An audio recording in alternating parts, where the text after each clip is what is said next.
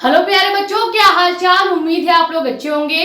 तो आज के इस वीडियो लेक्चर में हम बात करने वाले हैं 12th फिजिक्स का चैप्टर नंबर 2, जो कि क्या है, स्थिर वैद्युत विभव तथा धारिता।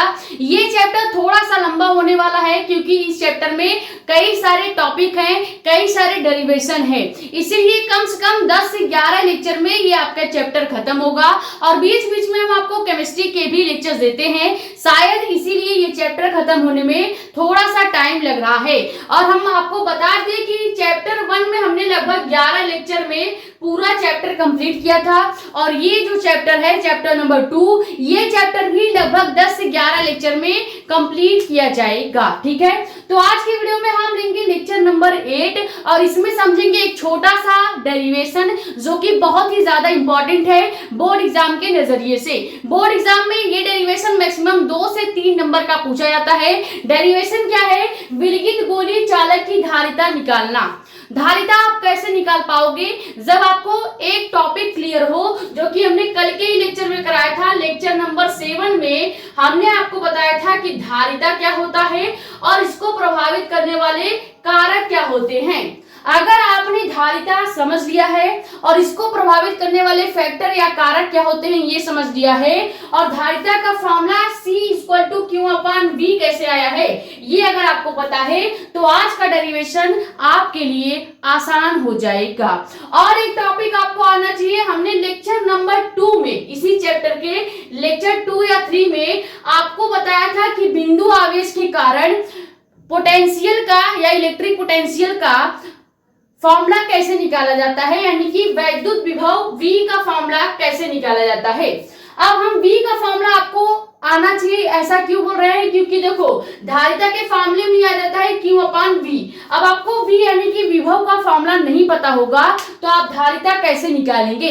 इसीलिए इस डेरिवेशन को समझने के लिए आपको धारिता क्या होता है, धारिता को प्रभावित करने वाले कारक क्या होते हैं, ये लेक्चर नंबर 7 से देख लेना चाहिए। और लेक्चर 2 या 3 में हमने आपको बिंदु आवेश के कारण यानी पॉइंट चार्ज के कारण इलेक्ट्रिक पोटेंशियल यानी वैद्युत विभव का डेरिवेशन कैसे किया जाता है या वैद्युत विभव V का फॉर्मूला कैसे आया है, ये टॉपिक समझा रखा है। तो ये दोनों ही लेक्चर आपको प्लेलिस्ट में देखने को मिल जाएगा।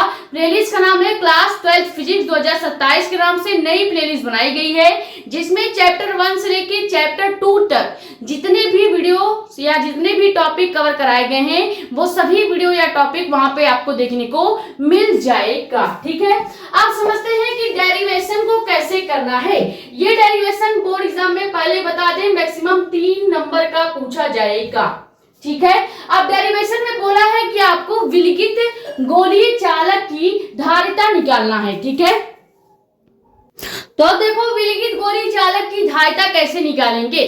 सबसे पहले हम मान लेते हैं कि कोई R त्रिज्या का गोलीय चालक हमको दिया गया है। ठीक है, अब इतना पूरा सर्कल तो नहीं बना है, लेकिन समझने के लिए आप यहाँ पे मान सकते हैं कि हमने क्या ले लिया है, एक R त्रिज्या का गोलीय चालक ले लिया है। ठीक है, जिसका जो मध्य बिंदु है वो क्या है, O है, और इसकी त्रिज्या कितनी हमने ली है, तो R त्रिज्या हमने यहाँ पर ले लिया है। ठीक है, अब मान लेते हैं कि ये जो गोलीय चालक है, हमने जब तक इस गोलीय चालक को कोई भी आवेश कोई भी चार्ज नहीं दिया है, तो इस गोलीय चालक पर लगने वाला वैद्युत क्षेत्र E जो होगा वो शून्य होगा, यानी कि 0 होगा। लेकिन जैसे ही हम क्या करेंगे, यहाँ पे इस गोलीय चालक को आवेश देते हैं, क्या करेंगे, मान लेते हैं कि इस विलगित गोलीय चालक को आवेश देने पर जो भी आवेश हम देंगे, जैसे हमने यहाँ पे +Q चार्ज इस गोलीय चालक को दे दिया है, तो ये गोलीय चालक पर जैसे ही आवेश दिया जाएगा तो ये आवेश क्या होगा, समान रूप से इस पूरे गोलीय चालक पर फैल जाएगा। ऐसा इसलिए होता है क्योंकि ये गोलीय चालक जो है पूरी तरह से खोखला है, और खोखले गोलीय चालक की वैद्युत क्षेत्र E जो होता है वो शून्य होता है।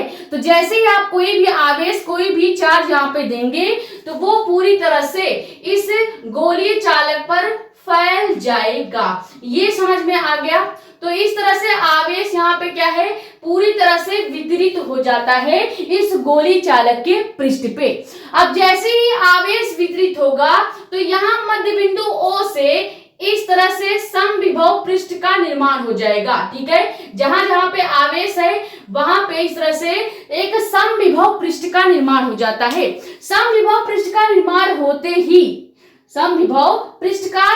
होते ही इस गोलीय चालक के प्रत्येक बिंदु पर विभव का मान भी समान हो जाएगा। समविभव पृष्ठ का मतलब ही क्या होता है कि एक ऐसा काल्पनिक पृष्ठ जिसके प्रत्येक बिंदु पर विभव का मान समान होता है, ऐसे पृष्ठ को ही समविभव पृष्ठ कहते हैं। आप चाहें तो समविभव पृष्ठ का डिफिनीशन लिख लीजिएगा, क्योंकि कभी कभी बोर्ड एग्जाम में अलग से जब न्यूमेरिकल पूछा जाता है 2 या 3 नंबर का, तो उसमें एक डिफिनीशन भी पूछ लिया जाता है कि समविभव पृष्ठ किसे कहते हैं, और उसके बाद न्यूमेरिकल पूछ लिया जाएगा। ठीक है, तो वो प्रॉपर क्वेश्चन कितने का नंबर के हो जाएगा, मैक्सिमम 3 से 4 नंबर का क्वेश्चन हो जाता है। ठीक है, तो समविभव पृष्ठ समझते हैं होता क्या है। अभी हमने बताया कि ऐसा काल्पनिक पृष्ठ, यहाँ पे लिखेंगे कि ऐसा काल्पनिक पृष्ठ जिसके प्रत्येक बिंदु पर विभव का मान समान हो। ठीक है, विभव का मान समान हो। ठीक है, समान हो, ऐसे पृष्ठ को ही क्या कहेंगे, समविभव पृष्ठ कहते हैं। ये डिफिनीशन आपको याद रखना है, बोर्ड एग्जाम में पूछा जाता है। अब ये प्रॉपर हमने डायग्राम समझ लिया है।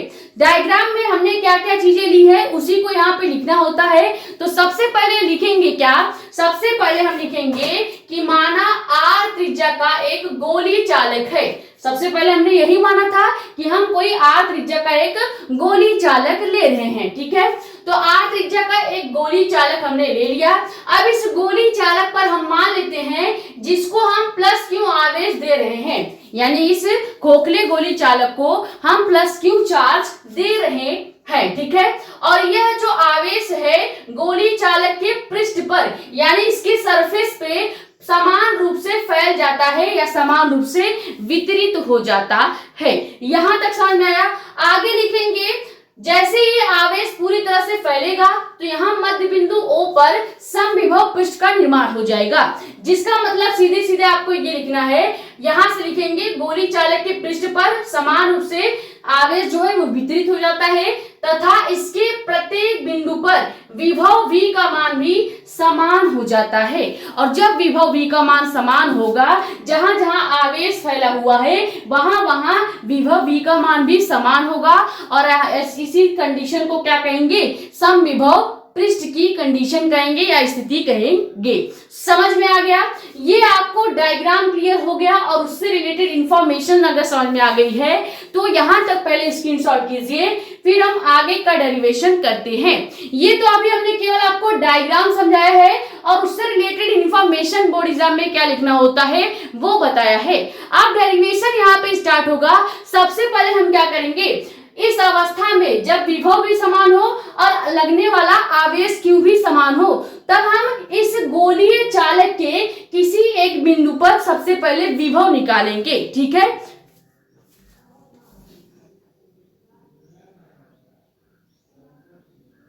तो अब सबसे पहले क्या लिखेंगे, लिखेंगे कि इस अवस्था में गोलीय चालक पर लगने वाला विभव, ठीक है, लगने वाला विभव सबसे पहले निकालते हैं। अभी हमने आपको बताया था कि पॉइंट चार्ज के कारण यानी कि बिंदु आवेश के कारण विभव का फॉर्मूला यहाँ पे यूज किया जाएगा। नॉर्मली विभव का फॉर्मूला होता है V = W/Q0, लेकिन ये बहुत ही बेसिक फॉर्मूला है जो कि डेरिवेशंस में यूज नहीं किया जाता है। हम डेरिवेशन में ज्यादातर यूज करते हैं बिंदु आवेश के कारण जो उत्पन्न हुआ विभव था उसका फॉर्मूला। ठीक है, तो विभव V का फॉर्मूला क्या हो जाएगा, विभव V का फॉर्मूला हो जाएगा V = 1/4 πε0 Q/R। ये हो जाएगा किसी भी पॉइंट चार्ज के कारण यानी कि बिंदु आवेश के कारण लगने वाला विभव का फॉर्मूला। यही हम लिखेंगे कहाँ पे, पहले स्टेप में पहला स्टेप हेडिंग आप क्या डालोगे कि इस अवस्था में, इस अवस्था का मतलब है कि समविभव पृष्ठ की अवस्था में, या आप डायरेक्ट लिख सकते हो डेरिवेशन में जो भी इंफॉर्मेशन हमने लिखवाया है उसी के नीचे आपको लिखना है कि इस अवस्था में गोली चालक पर लगने वाला विभव सबसे पहले हम निकाल रहे हैं। यानी इतने सारे आवेश पूरे पृष्ठ पे फैले हैं, तो मान लीजिए किसी एक पॉइंट पर या किसी एक चार्ज के स्थान पर या किसी एक बिंदु पर हम विभव सबसे पहले निकाल रहे हैं। तो विभव V का मान क्या निकल के आ गया है, V equal to 1/4 pi epsilon naught Q/R निकल के आ जाएगा। अब हम निकालते हैं कि गोली चालक की धारिता क्या होगी। जब हमको विभव V का मान पता चल जाएगा तो हम यहाँ से धारिता C का फॉर्मूला लगा सकते हैं। C का फॉर्मूला होता है क्या, Q/V होता है, यानी कि लगने वाला आवेश और विभव के अनुपात को ही धारिता कहते हैं। कल के लेक्चर में ही हमने आपको डिटेल में बताया था। अब अगर हम निकाले यहाँ पे लिखेंगे क्या, गोलीय चालक की धारिता, गोलीय चालक की धारिता निकालते हैं तो यहाँ पे फॉर्मूला लग जाएगा C इक्वल टू Q/V का। ठीक है, तो अगर हम यहाँ पे जो V हमने अभी अभी निकाला है, विभव का मान जो निकाला है, उसको अगर इस इक्वेशन में रखेंगे तो क्या होगा, यहाँ पे अगर हम V का मान रख दें तो C आपका वैसे ही रहेगा, Q भी आपका वैसे रहेगा। V का मान अभी हमने निकाला है 1/4 पाई एप्सिलॉन नॉट Q/R होता है। ठीक है, तो यहाँ पे आपको ऊपर भी Q देखने को मिल रहा है और नीचे भी Q/R देखने को मिल रहा है। तो अगर हम इस Q से इस Q को कैंसिल आउट कर दें तो क्या हमारे पास ऊपर केवल 1 बच जाएगा और नीचे 1/R बच जाएगा। या 1 अगर आप नहीं मानेंगे तो देखो 1 का गुणा 1 से करोगे तो 1 ही आएगा, तो हम सीधे मान लेंगे कि 1/4 pi epsilon naught into R नीचे बच रहा है और ऊपर केवल 1 बच रहा है। तो अब यहाँ से C का मान क्या आ जाएगा, यहाँ से C का मान यहाँ लिखते हैं, देखो C का मान आ जाएगा 1/4 pi epsilon naught into R हो जाएगा। यानी पहले ये वाला एक हो गया, जब हम ऊपर वाले Q को काटेंगे तो वो वाला एक हमने लिख दिया, और नीचे जो Q कटा है उसका संधि पहले से ही यहाँ पे एक प्रेजेंट है। ठीक है, तो ये 1/4 पाई एप्सिलॉन नॉट बटे के नीचे हो जाएगा और R नीचे यहाँ पे बच रहा था तो इस R का गुणा हम यहाँ पे इसके साथ कर देंगे। ठीक है, और पहले से ही ऊपर 1 प्रेजेंट है। अब ये बटे के नीचे जो आपको पूरा 1/4 pi epsilon naught into R दिख रहा है, इस पूरे को अगर हम ऊपर ले जाएंगे तो विलगित गोली चालक की धारिता C का मान आ जाएगा। तो यहां से अगर हम C का पूरा मान निकालें तो C का मान आ जाएगा क्या, C इक्वल टू ये 1/4 pi epsilon naught into R जब ऊपर जाएगा तो यहां से ये हो जाएगा 4 pi epsilon naught into R में चेंज हो जाएगा। यानी कि धारिता C का जो वैल्यू आएगा वो क्या आएगा, C equal to 4 pi epsilon naught into R। ये हो जाएगा विलगित गोलीय चालक की धारिता। बस इतना ही सिंपल आपका डेरिवेशन था। सबसे पहले आपको किसी भी गोली चालक के किसी भी पॉइंट पे विभव V का मान निकालना पड़ेगा, और विभव V का मान निकालने की जरूरत नहीं है। अगर आपको पॉइंट चार्ज के कारण लगने वाला पोटेंशियल यानी विभव का फॉर्मूला याद है तो आप यहाँ पे वो फॉर्मूला रख देंगे जो कि होता है V equal to 1/4 pi epsilon naught Q/R। ठीक है, जैसे ही विभव का यहाँ पे फॉर्मूला रख दिया जाएगा तो हम निकाल लेंगे धारिता का मान, क्योंकि धारिता के फॉर्मूले में विभव V आता है, इसीलिए पहले हमने आपसे विभव V निकलवाया है। ठीक है, अब धारिता का जैसे ही फॉर्मूला लगाएंगे लिखेंगे क्या कि गोली चालक की धारिता हम निकाल रहे हैं, जिसका फॉर्मूला होता है C इक्वल टू Q/V। तो Q तो आपका वैसे ही रहने वाला है, बस हमें केवल इस इक्वेशन में V का मान रखना था जो कि 1/4 pi epsilon naught into R होता है। अब यहाँ पे हमने क्या देखा, जो कि यहाँ पे मान हम रखे हैं Q/1/4 पाई एप्सिलॉन नॉट इंटू Q/R। अब इस Q से ये Q कट जाएगा तो केवल यहाँ पे ऊपर 1 बच जाएगा और नीचे 1/4 pi epsilon naught into R बच जाएगा। अब अगर हम नीचे का जो 1/4 pi epsilon naught into R है, इस पूरे मान को बटे के ऊपर ले जाएं तो आपको माइनस नहीं लगाने की जरूरत है। आप कई बार सोच रहे होंगे कि जैसे हम कैलकुलेशन में किसी भी वैल्यू को बटे के ऊपर ले जाते हैं तो माइनस लगा देते हैं, क्या यहाँ भी माइनस लगेगा?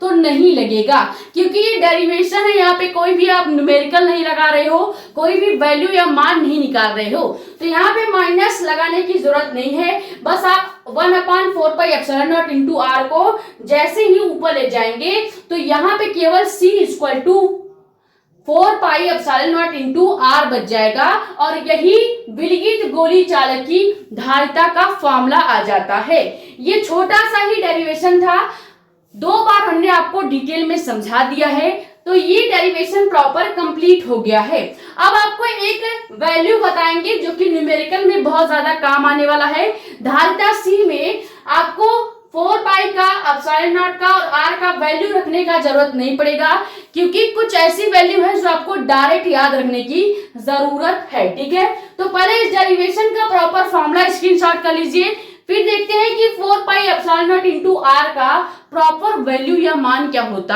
है।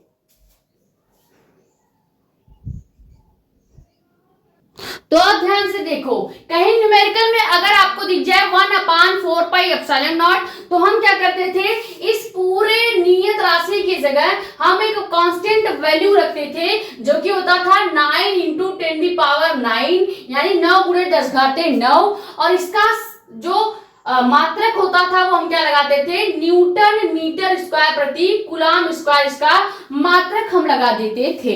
लेकिन अगर 1/4πε0 की जगह धारिता के फॉर्मूले में हमें केवल 4πε0 दिख रहा है, यानी 1/4πε0 नहीं दिख रहा है, तो जब केवल 4πε0 दिया गया हो तो आपको क्या करना होगा, वैल्यू आप वही रखेंगे जो 1/4πε0 में रखते थे। लेकिन यहाँ पे अब 1/9 इंटू 10⁹ आपको रखना पड़ेगा। क्लियर?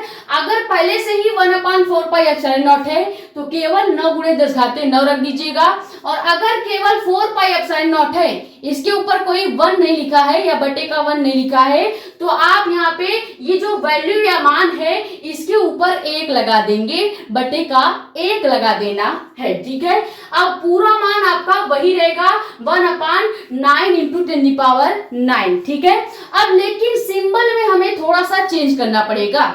जब 1/4πε0 होता है तो सिंबल होता है न्यूटन मीटर स्क्वायर प्रति कूलम स्क्वायर, लेकिन अगर केवल 4πε0 दिया हो तो हम क्या करेंगे, पहले कूलम स्क्वायर लिखेंगे, फिर लिखेंगे न्यूटन मीटर स्क्वायर। ये दोनों ही अंतर आपको पता होना चाहिए। कभी कभी ऑब्जेक्टिव टाइप में पूछ लेता है, आपको दे देगा कि 1/4πε0 का मान लिखिए, और वहां पे 4 ऑप्शन बना देगा, तो आपको ये राइट ऑप्शन वहां पे चूज करना होगा। लेकिन अगर आपको 4πε0 केवल दे देगा तो राइट ऑप्शन क्या हो जाएगा, 1/9 इंटू 10⁹ कूलम स्क्वायर प्रति न्यूटन मीटर स्क्वायर। ये दोनों मात्रक से आप पहचान सकते हैं कि कौन सा सही मान होगा। ठीक है, ये हो गया प्रॉपर डेरिवेशन कंप्लीट, जिसमें हमने देखा कि विलगित गोली चालक की धारिता कैसे निकाली जाती है, या किसी भी गोली चालक की धारिता C का फॉर्मूला क्या होता है। ये डेरिवेशन बहुत ही ज्यादा इंपॉर्टेंट है, ज्यादा नंबर में नहीं पूछा जाता, लेकिन इंपॉर्टेंट है, कई बार बोर्ड एग्जाम में पूछा जा चुका है। ठीक है, तो आई होप ये वीडियो लेक्चर आपके लिए हेल्पफुल रहा होगा। पूरे डिटेल इंफॉर्मेशन के साथ हमने ये डेरिवेशन आपको कराने की पूरी कोशिश की है। फिर भी अगर आपका कहीं भी डाउट बच जाता है तो आप सबसे पहले ये डेरिवेशन खुद करके देखिएगा। अगर आपको डेरिवेशन नहीं समझ में आ रहा है या कहीं भी आपको कोई भी टॉपिक में दिक्कत आ रही है तो आप हमसे यहाँ भी अपने डाउट पूछ सकते हैं, या हमारा इंस्टाग्राम आईडी भी है मेडिको स्पेलिंग साक्षी मिश्रा नाम से, वहां पे भी अपने डाउट पूछ सकते हैं। ठीक है, वीडियो पसंद आई हो तो वीडियो को लाइक कर दीजिएगा, नए हो तो चैनल को सब्सक्राइब कर देना, ताकि ऐसी ही इंफॉर्मेटिव और इंपॉर्टेंट वीडियोस आपके पास आती रहे। ज्यादा से ज्यादा वीडियो कर दो शेयर, ताकि और भी लोग जुड़ जाएं। बाकी पहले ही बता दिया है, कमेंट या डाउट आप यहाँ भी पूछ सकते हो या इंस्टाग्राम आईडी पे भी पूछ सकते हैं। लेकिन किसी भी डाउट को पूछने से पहले इसको पूरे डेरिवेशन को एक बार अपने मन से खुद रफ नोटबुक में लगाइएगा, क्योंकि केवल मेरे डेरिवेशन करा के जाने से आपको डेरिवेशन नहीं आएगा जब तक आप खुद उस चीज को प्रैक्टिस नहीं करेंगे। क्योंकि at the end board exam में आपको ही कॉपी लिखनी है, ना कि मुझे। ठीक है, तो ज्यादा से ज्यादा किसी भी टॉपिक को जो आपको समझ में नहीं आता है उसको प्रैक्टिस कीजिए, तभी आपको आएगा। बिना प्रैक्टिस की कोई चीज नहीं आती है। ये स्क्रीनशॉट कर लीजिए। मिलते हैं नेक्स्ट वीडियो लेक्चर में। Thank you so much.